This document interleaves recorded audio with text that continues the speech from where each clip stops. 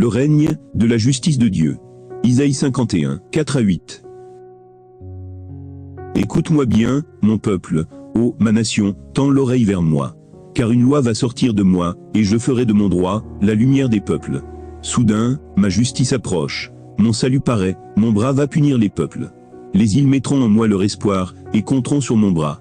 Levez les yeux vers le ciel, regardez en bas vers la terre. Oui, les cieux se dissiperont comme la fumée, la terre s'usera comme un vêtement, et ses habitants mourront comme de la vermine. Mais mon salut sera éternel, et ma justice demeurera intacte. Écoutez-moi, vous qui connaissez la justice, peuple qui met ma loi dans ton cœur. Ne craignez pas les injures des hommes, ne vous laissez pas effrayer par leurs outrages. Car la teigne les rongera comme un vêtement, et les migues les dévoreront comme de la laine. Mais ma justice subsistera éternellement, et mon salut, de génération en génération. L'indignité des chefs. Isaïe 56, 10 à 12. Et 57, 1 à 2. Ces guetteurs sont tous des aveugles, ils ne savent rien. Ce sont tous des chiens muets, incapables d'aboyer. Ils rêvent, restent couchés, aiment dormir. Les chiens sont voraces, insatiables, ce sont eux les bergers incapables de comprendre. Ils suivent tous leur propre chemin, chacun, jusqu'au dernier, cherchant son intérêt. Venez, je vais chercher du vin. Enivrons-nous de boissons, demain sera comme aujourd'hui, un très grand jour. Le juste périt, et personne ne s'en inquiète. Les hommes pieux sont moissonnés, et nul n'y prend garde. Oui, à cause de la perversité, le juste a été moissonné. Il entrera dans la paix, et ceux qui suivent le droit chemin, trouveront le repos sur leur couche. Le jugement futur. Isaïe 65. Je me suis laissé approcher, par qui ne me questionnait pas. Je me suis laissé trouver, par qui ne me cherchait pas. J'ai dit, me voici, à une nation qui n'invoquait pas mon nom. J'ai tendu les mains, chaque jour, vers un peuple rebelle, des gens qui suivent une voie mauvaise, au gré de leur fantaisie. Un peuple qui me provoque sans cesse en face, qui sacrifie dans les jardins, qui brûle de l'encens sur des briques, qui habite dans les tombeaux, passe la nuit dans les recoins, mange de la viande de porc, et met dans ses plats des morceaux impurs. Ils disent, retire-toi, ne me touche pas, je te sanctifierai. Ces mots sont comme une fumée qui m'étouffe, un feu toujours brûlant. Voici, c'est écrit devant moi, je ne me tairai pas, que je n'ai réglé leur compte. Réglez à pleine mesure, punis vos fautes, et les fautes de vos pères, tout ensemble, dit Yahvé. Eux qui ont brûlé des parfums sur les montagnes, et m'ont outragé sur les collines, je mesurerai à pleine mesure, leurs œuvres anciennes. Ainsi parle Yahvé, quand on trouve du jus dans une grappe, on dit, ne la détruisez pas, car elle contient une bénédiction, ainsi ferai-je en faveur de mes serviteurs, je ne détruirai pas tout. Je ferai sortir de Jacob une race, je ferai de Juda l'héritier de mes montagnes. Mes élus les posséderont, mes serviteurs y habiteront. Le pays de Saron deviendra un pâturage de brebis, la vallée d'Accor, un pacage de bœufs, pour mon peuple qui m'aura cherché.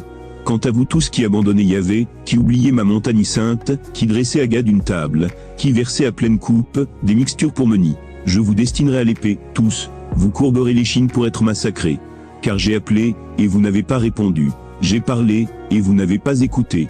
Vous avez fait ce qui est mal à mes yeux, vous avez choisi ce qui me déplaît. C'est pourquoi, ainsi parle le Seigneur Yahvé. Voici, mes serviteurs mangeront, mais vous, vous aurez faim. Voici, mes serviteurs boiront, mais vous, vous aurez soif.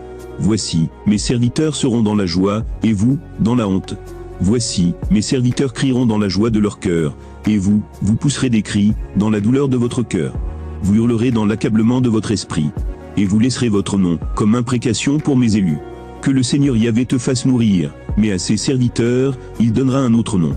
Ceux qui se béniront sur terre, se béniront par le Dieu de vérité, et ceux qui jureront sur terre, jureront par le Dieu de vérité.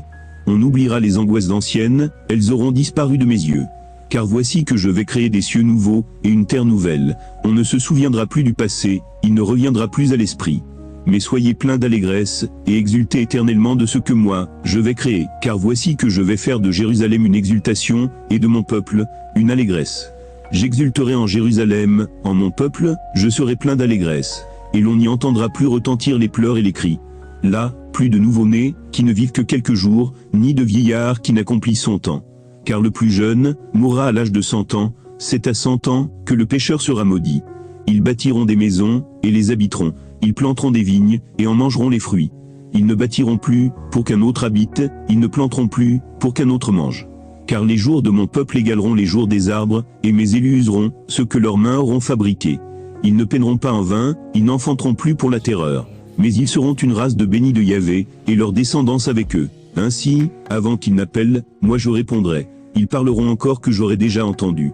Le loup et l'agnelet paîtront ensemble. Le lion, comme le bœuf, mangera de la paille, et le serpent se nourrira de poussière. On ne fera plus de mal, ni de violence, sur toute ma montagne sainte, dit Yahvé.